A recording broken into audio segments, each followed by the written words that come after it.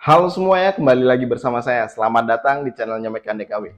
Jadi, kalau teman-teman sudah follow TikTok saya, pasti kan teman-teman udah nggak asing lagi sama video yang bahwasanya saya itu dimasukin ke status WhatsApp-nya showroom, terus dikasih emot anjing. Nah, saya nggak tahu tujuan apa, mungkin mereka kesal.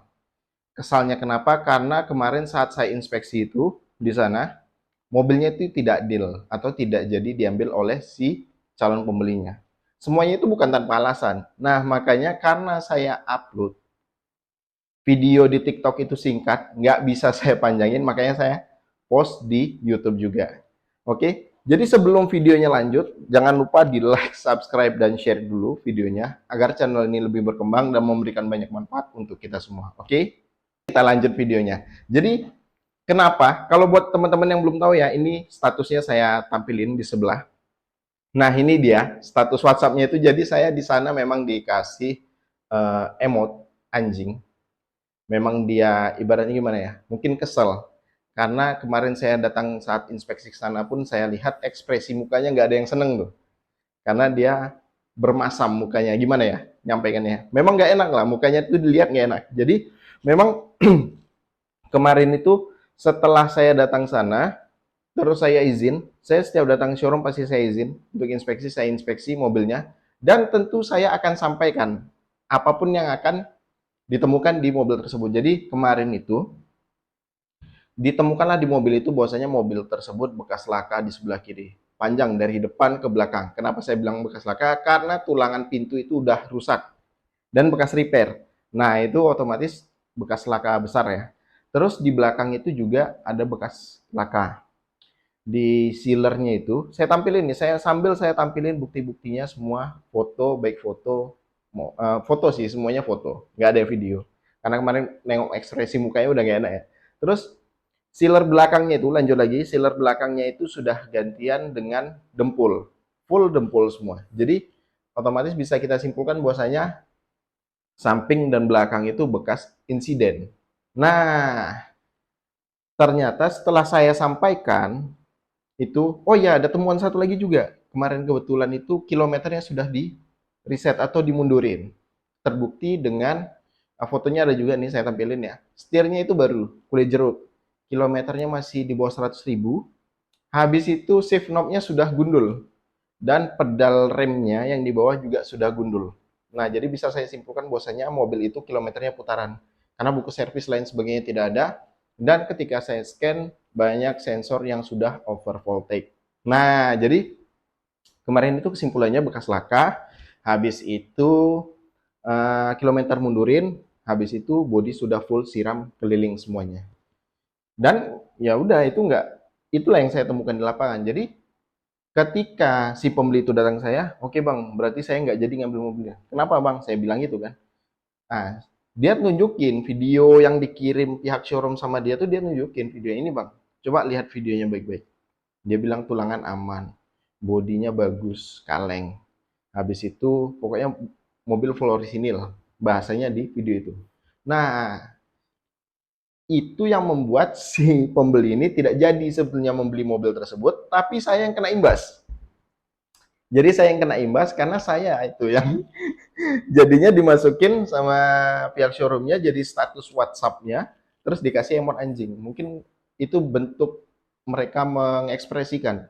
Jadi dia itu kesal gitu karena saya cek mobilnya justru jadi tidak deal atau tidak jadi diambil. Sebenarnya itu bukan, kalau mereka sadar juga ya. Sebetulnya itu tidak jadi diambil karena overclaim sebetulnya kalau menurut saya. Coba dia sampaikan aja apa adanya. Bang, kami jual mobil murah, misalkan nih. Tapi harganya kemarin nggak murah, harganya mahal juga. Itu yang jadi masalah. Harganya mahal, bekas insiden, kilometernya dimundurin. Jadi udah double-double. Saya pun di laporan saya tidak merekomendasikan mobil tersebut untuk diambil. Saya bikin laporannya malamnya ya. Saya tidak merekomendasikan karena mobilnya mahal jatuhnya. Habis itu bekas insiden, kilometernya dimundurin. Terkecuali harganya murah, habis itu bekas insiden, kilometer dimundurin, saya masih bisa merekomendasikan.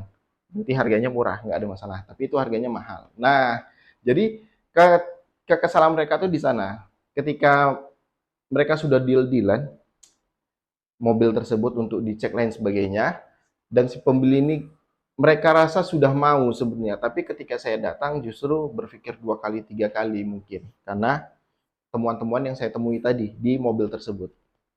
Sebenarnya gini, kalau tidak overclaim sebenarnya nggak ada masalah sih. Dia sampaikan aja mobilnya murah. Ya kami kami jual kondisi bang. Ini apa adanya.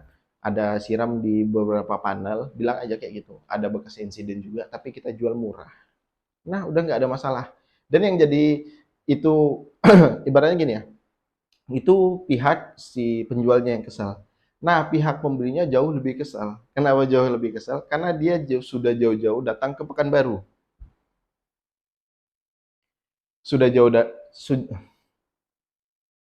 sudah jauh-jauh datang ke Pekanbaru, habis itu dikirim video yang overclaim, dia tertarik dengan videonya langsung turun ke Pekanbaru, jarak tempat daerah dia tinggal dari Pekanbaru ke daerah dia itu sekitar 7-8 jam kalau jalan darat.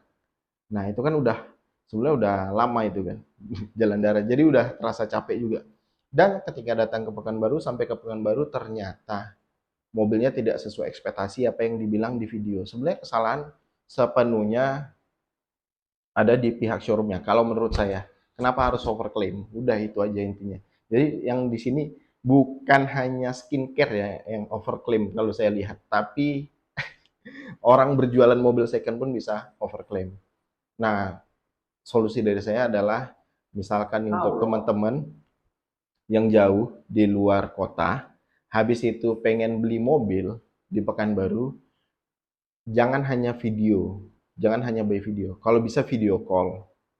Habis itu sentuh titik-titik yang jarang di-record oleh si penjual tersebut, kayak sealer, habis itu ngelihat tulangannya masih rapi atau enggak, kan ada las-lasannya tuh ya.